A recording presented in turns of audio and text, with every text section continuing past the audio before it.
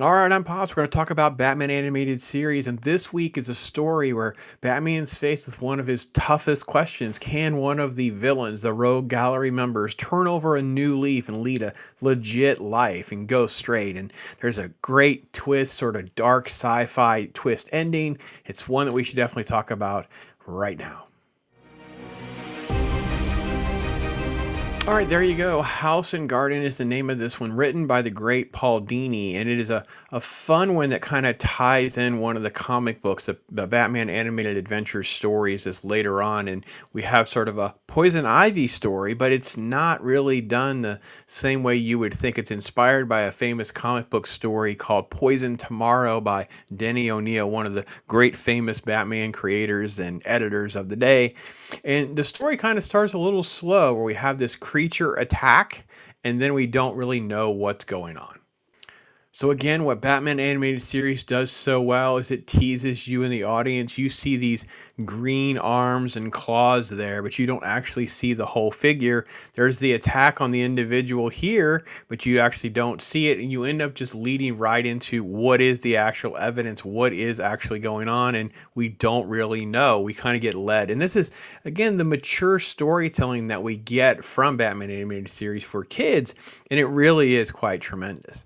Here you see Gordon and one of the scientists are trying to figure things out. And of course, Batman is there. He's trying to figure things out. And of course, all signs were going to lead that it's obviously poison ivy. It's plants, it's a toxin.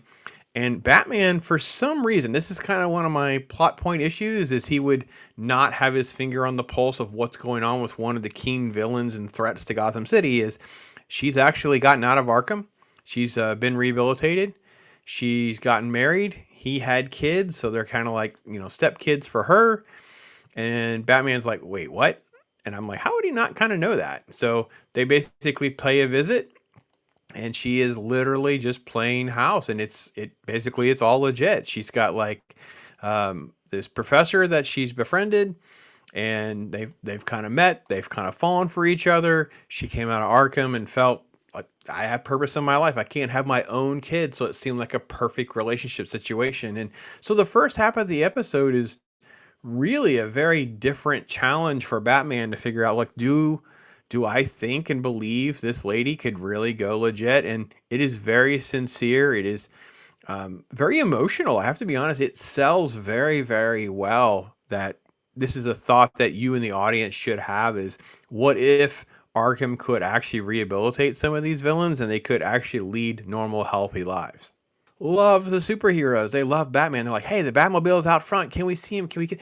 I loved all of this. I feel like this is the kind of stuff too that my grandkids, when they watch Batman animated series, they also feel like, oh man, I wish I was that kid and Batman was standing in my living room. I'm like, you don't understand how scary Batman kind of is. And by the way, let me point out the imagery here, that it is done so well when the kids come in the room that his silhouette is what they see.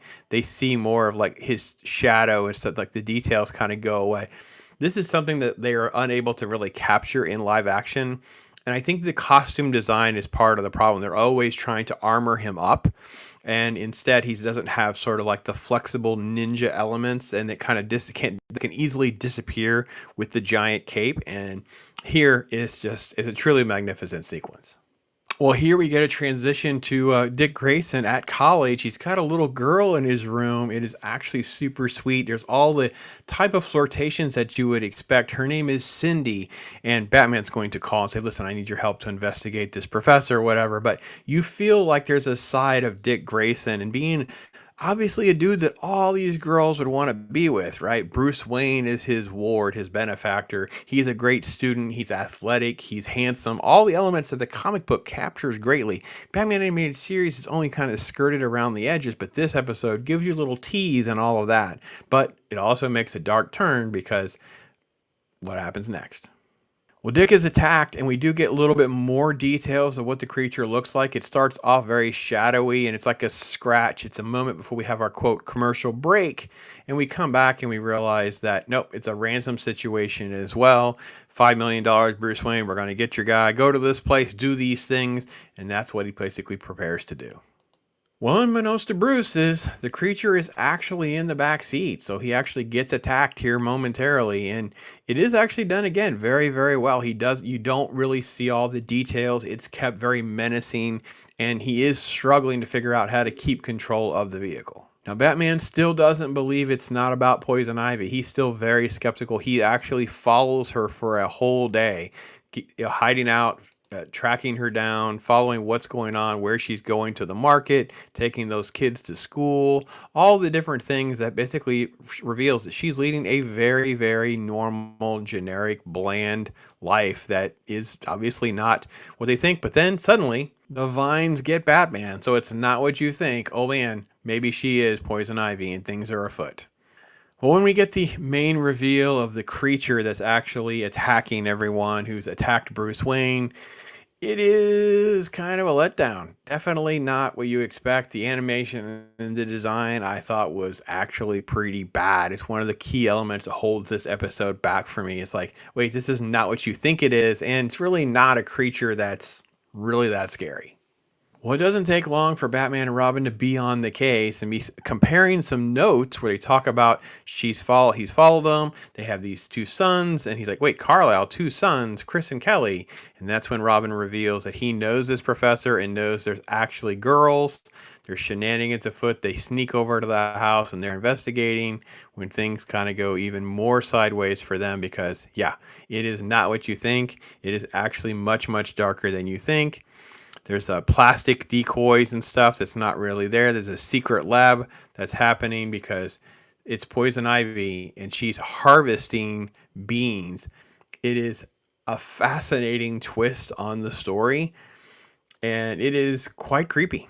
I love the fact that they capture that creepy and they do it in a very horror element. Look at the way he's reacting with the light, and he actually just drops the light as he backs up. And yeah, it's little plant babies is actually what she was harvesting. So the two boys and this whole situation is this bean that she's harvesting with this plant molecules, and it grows rapidly into the bean. It's just, it doesn't exist very long. It doesn't have a very long lifespan. It evolves rapidly, and these creatures come to life. Several of them are there, and they start attacking Batman and Robin, and you end up with this major battle right here at the end. That's just really good. And then, yeah, even Dr. Carlyle, he is also fake, and he has been sort of like brainwashed and controlled. Here's like the killer babies that grow up very rapidly. And then there's a big fight sequence that's going to transpire before they're all trying to, get the upper hand. He uses the electric cables to attack them and knock them out as they try to save the doctor and make their way out. And again, the biggest criticism is really just the creature itself. I think if they had just done something a little more Swamp Thing, a little more less animated. I don't know that's the right pun, the right way. Just we didn't need the details of the mouth and the eyes the way it's done. Just more generic plant life probably would have heightened this episode a lot more. Really would have highlighted the dark elements of its sci-fi twists and turns, because it just is. It really is just a shocking little story that they do. Batman knew he was going into a pretty risky situation here, so he had actually rigged up the sprinkler systems with some weed killer. So that's the way he kind of gets out of it at the end. But you end up with like a really, really sort of like sad little trope for her as well, because she's also not really Ivy. She's replicated as well. The real Ivy is getting away, sad, tragic over a photo album because the life that she could have had or wanted has been taken away from her as well. So it really is a very powerful episode. I think that overall, it really could have benefited from just a little bit better attention to some of the details and design elements for that creature, because I just don't think that works really well.